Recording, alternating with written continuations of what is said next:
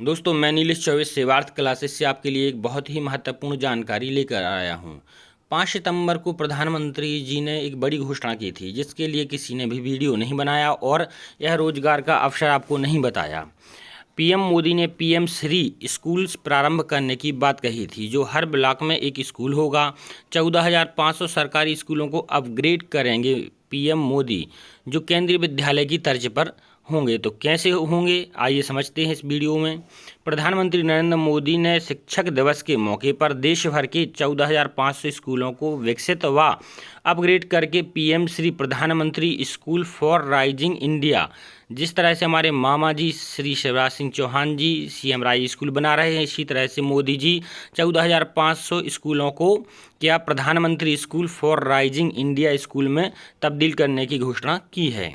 ये model school होंगे जो देश की नई राष्ट्रीय शिक्षा नीति की भावनाओं से भरे होंगे। प्रधानमंत्री ने कहा है कि पीएम श्री स्कूलों में पढ़ाई आधुनिक, परिवर्तनकारी व समग्र तरीके से होगी। पढ़ाई के तरीकों में बच्चों में खोज करने व सीखने की प्रवृत्ति को विकसित करने पर जोर रहेगा। इन स्कूलों में नवीनतम तकनीक, स्मार्ट क्लासरूम, खेल खिलौने व अन्य आधुनिक इंफ्रास्ट्रक्चर पर खास ध्यान रहेगा।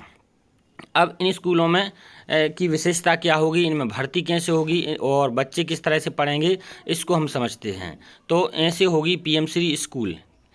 पहला देखें, ये स्कूल केंद्रीय विद्यालय की तर्ज पर शिक्षा मंत्रालय के अधीन होंगे। तो अभी आपने देखे होंगे कि केंद्रीय विद्यालय होते हैं, तो उसी तरह से ये स्कूल भी केंद्रीय विद्यालय की तर्ज पर बनाए जाएंगे और यह किसके, शिक्षा मंत्रालय के अधीन होंगे। दूसरा देखें, राज्य सरकारों से सरकारी स्कूलों को पीएम श्री स्कूल में तब्दील करने का प्रस्ताव मांगेंगे। मतलब कि वर्तमान में जो स्कूल हैं उन्हीं स्कूलों को सरकार क्या करेगी, अपग्रेड करेगी और राज्य सरकारों से उन्हें पीएम श्री में बदलने की परमिशन मांगी जाएगी। फिर तीसरा देखें, देश के हर ब्लॉक में, दोस्तों यह बात ध्यान देने वाली है कि देश के क्या हर एक ब्लॉक में पीएम श्री स्कूल होगा और यह स्कूल सीएम राइस या एकीकृत विद्यालय होगा, जिसमें राष्ट्रीय शिक्षा नीति पूर्ण रूप से लागू होगी। मतलब कि अच्छे से अच्छे चांस रहेंगे रोजगार के अवसरों के।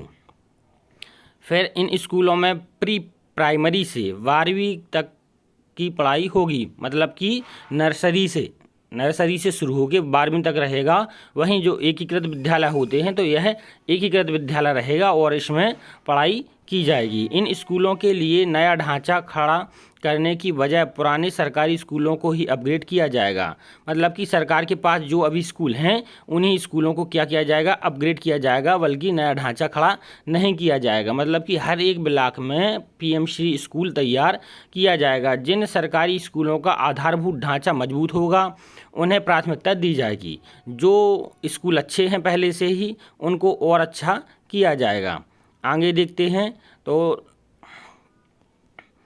स्कूलों को विकसित व उन्नत करने का पूरा खर्च केंद्र सरकार उठाएगी, लेकिन योजना को अमल में लाने व निगरानी की जिम्मेदारी राज्य सरकार की होगी। जी हाँ दोस्तों, खर्चा तो केंद्र सरकार उठाने के लिए तैयार है, लेकिन इसकी निगरानी और उसको अमल में किसको लाना होगा, राज्य सरकार को। पीएम स्कूलों में दाखिले के लिए एक पारदर्शी कॉमन एडमिशन टेस्ट का प्रावधान रखने पर विचार चल रहा है, ताकि बच्चों को किसी की सिफारिश से नहीं बल्कि प्रतिभावान छात्र खुद ही आसानी से प्रवेश पा सकेंगे।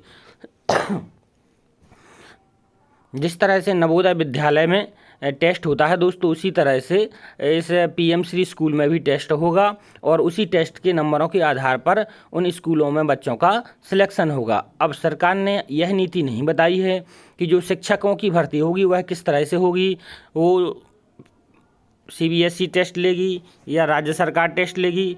मुझे लगता है उसका टेस्ट सीबीएसई लेगी, जिसमें सीटेट की भी संभावना है जो मांगे, क्योंकि सीबीएसई जो भी टेस्ट लेती है उसे सीटेट अनिवार्य करती है।